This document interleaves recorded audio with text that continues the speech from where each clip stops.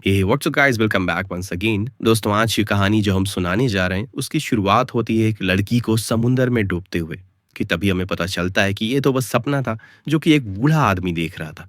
अब scene shift होता है, हम पहुंचते हैं कहानी के मेन किरदार ईवा पर, जो शहर के गवर्नर की बेटी है और आज उसे कोबा जाना है अपनी बॉयफ्रेंड और एक दोस्त के साथ। लेकिन जब ये दोनों देखते हैं कि ईवा के साथ उसका बॉडीगार्ड जॉनथन भी आए, तो उसकी बॉयफ्रेंड जेक बहुत नाखुश होता है, क्योंकि वो लोग चाहते थे कि हम बस 3 ही इस ट्रिप पर जाएं।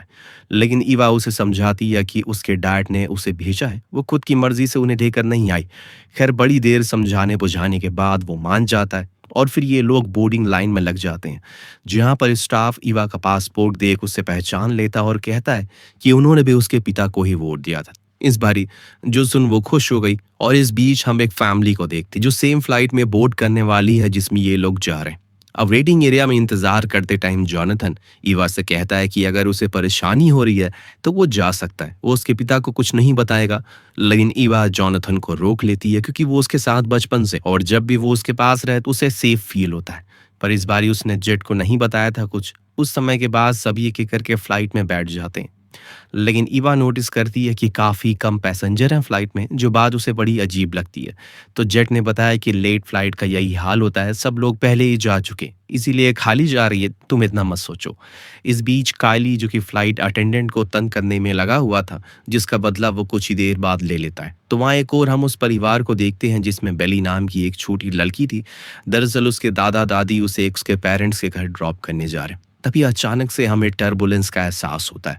पर पायलट का कहना था कि चिड़ियों का ग्रुप उनके प्लेन से टकरा गया, ऐसी कोई घबराने वाली बात नहीं है, सभी अपनी सीट बेल्ट को बांध ले। लेकिन ये सिलसिला यहीं नहीं रुकता, हम बाकी इसके बाद दोबारा से झटके लगने लगते। तो बेली ने खिड़की से बाहर देखा और जो उसने देखा उसके तो रोंगटे खड़ी हो गए। इंजन किसी आंख के गोली की तरह दहक रहा है, जो बात वो सभी को बताती है। जितने भी पैसेंजर थे सभी के अंदर डर का माहौल है, क्योंकि अब सभी को ये लगने लगा है कि कहीं अगर गलती से प्लेन क्रैश हो गया तो वो सभी मारे जाएंगे। इतनी ही देर में इंजन का एक टुकड़ा उड़कर प्लेन के बाहरी प्लेट पर घुस जाता है, जिससे कुछ ही देर बाद प्लेन एयर प्रेशर के कारण वहां एक बड़ा सा छेद हो जाता है।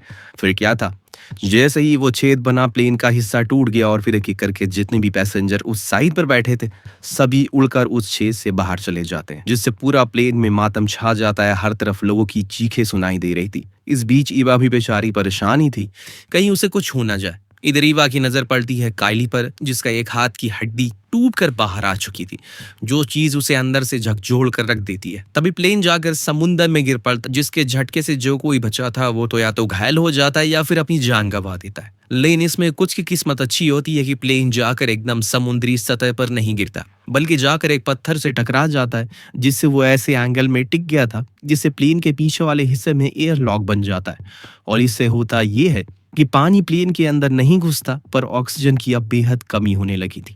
इन्हें किसी भी तरह करके ऑक्सीजन का जुगाड़ करना होगा। तभी फ्लाइट अटेंडेंट को याद आता है कि उनके पास 2 सिलेंडर है। जब वो उन्हें लेने के लिए जाता है तो पता चला वो तो खाली है। इससे बुरी किस्मत क्या ही होगी।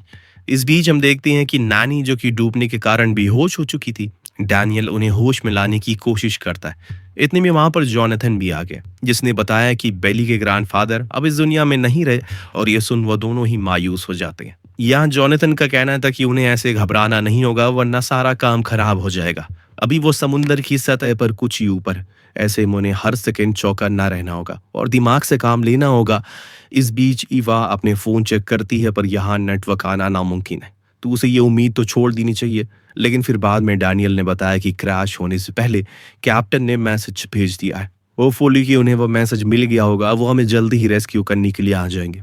इस बीच नानी बताती है कि उन्होंने प्लेन की आगे वाली सीट पर एक बूढ़े आदमी को देखा था, जिसके पास उसका खुद का ऑक्सीजन सिलेंडर था। अगर वो कोई ला दे तो हमारा काम हो सकता है। जॉनथन उस तरफ जाने के लिए मान जाता है, पर वहां जाने के लिए प्लेन के नीचे से स्विम करना पड़ता है। फिर भी वो वहां तक पहुंच गया। लेकिन जब वो वापस आने लगा तो अचानक से उस पर एक बड़ी सी शार्क ने हमला कर दिया, जिसके झटके से वो एयर लॉक वाला एरिया हिल जाता है। और सभी को लगने लगा कि अब जॉनथन वापस नहीं आएगा, लेकिन वो लौट कर आता है, जो देख सब बहुत ज्यादा खुश हुए। उसे वो ऑक्सीजन सिलेंडर भी मिल गया, लेकिन उसने सभी को आगाह किया कि ज्यादा देर पानी से दूर ही रहे, जितना हो सके, क्योंकि उसके अंदर कुछ है जो हमें दिखाई नहीं देगा, लेकिन वो हम सभी को आराम से देख सकता है।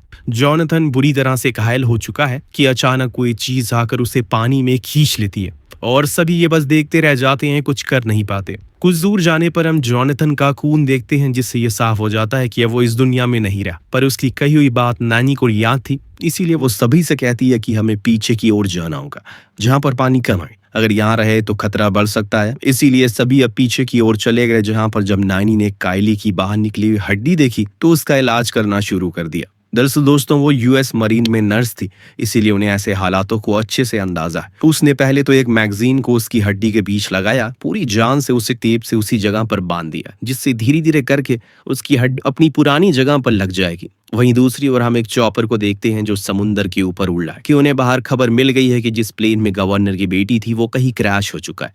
इसके साथ दो डाइवर भी थे, पर पूरा समुंदर छान डाला उन्होंने, कहीं उन्हें कुछ दिखाई नहीं देता। वेल, देखेगा भी कैसे, क्योंकि प्लेन तो समुंदर की नीचे गहराई में। उधर सभी लोग अब प्रार्थना कर रहे हैं कि किसी भी तरह करके पानी उन तक ना पहुंचे।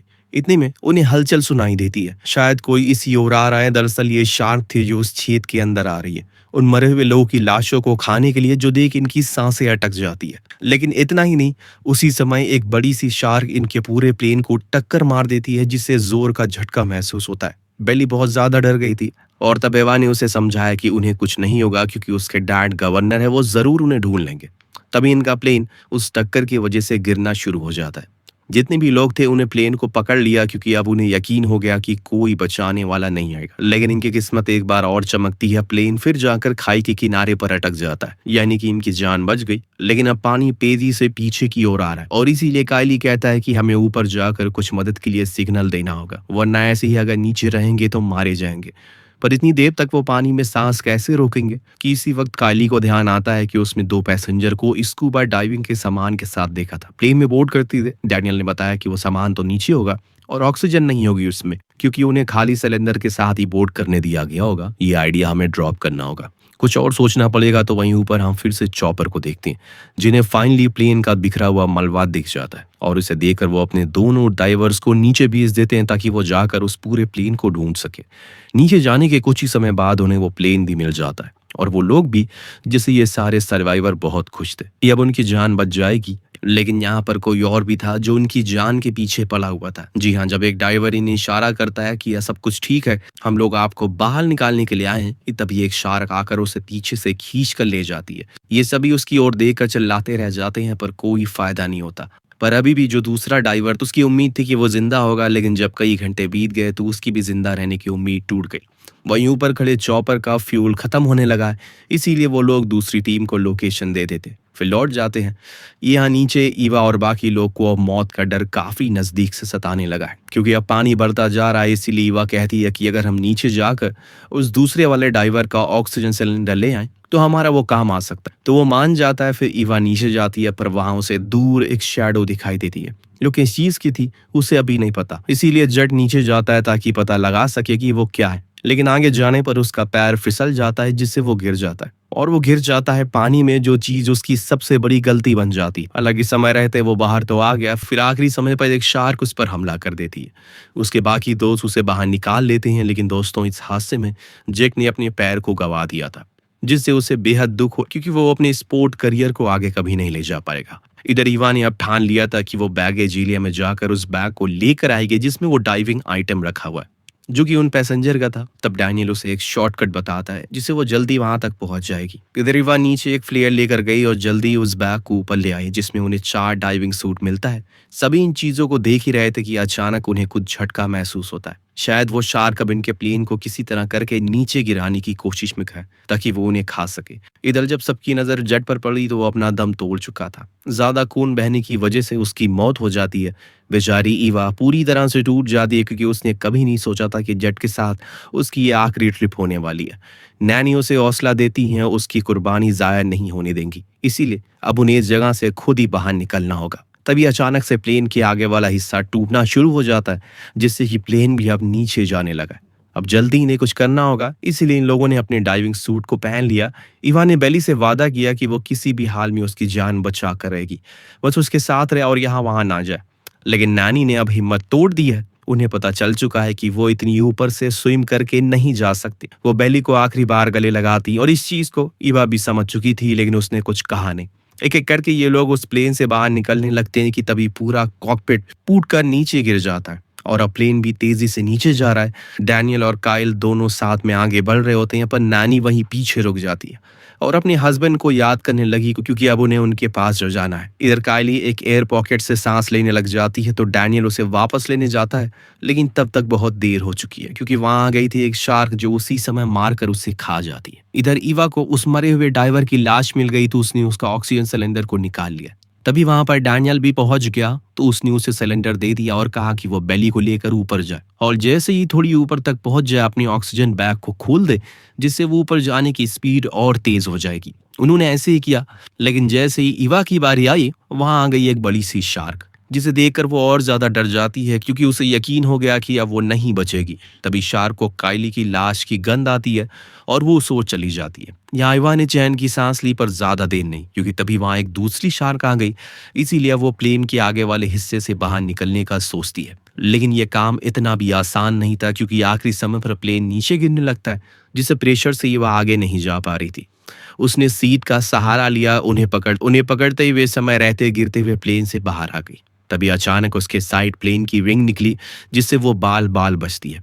अब उसने अपना ऑक्सीजन बैग खोल दिया, जिससे वो तेजी से ऊपर जाने लगी। आखिरी समय पर वो बेहोश हो जाती है, लेकिन जब उसकी आंख खुली तो पानी की ऊपर सतह पर थी और वहां आसपास कोई नहीं था सिवाय अंधेरे के। वो दोनों भी कहीं दिखाई नहीं दे रहे थे। इतने में उसे एक रेस्क्यू चॉपर दिख जाता है, जिसने उसे ऊपर उठा लिया, जहां पर फाइनली उसके दोनों साथी दिख जाते हैं, जिन्हें पहले बचा लिया गया था और वही उस प्लेन को लेकर आए थे। तब पायलट ने ईवा से पूछा कि क्या कोई और बचा है। उसने नाम में जवाब दिया, जो सुन बेली समझ गई कि उसकी नानी अब इस दुनिया में नहीं रही। पर ईवा ने उसे गले से लगाकर समझाया कि उन्होंने तुम्हें बचाने के लिए खुद की जान दे दी, इसीलिए जिंदगी में कुछ बड़ा करना, ताकि उन्हें हमेशा गर्व हो तुम पर। जिसके साथ ये कहानी यहीं पर खत्म हो जाती है। वेल, आपको कहानी कैसी लगी हमें कमेंट करके जरूर बताएगा। मिलते हैं अगली वीडियो में।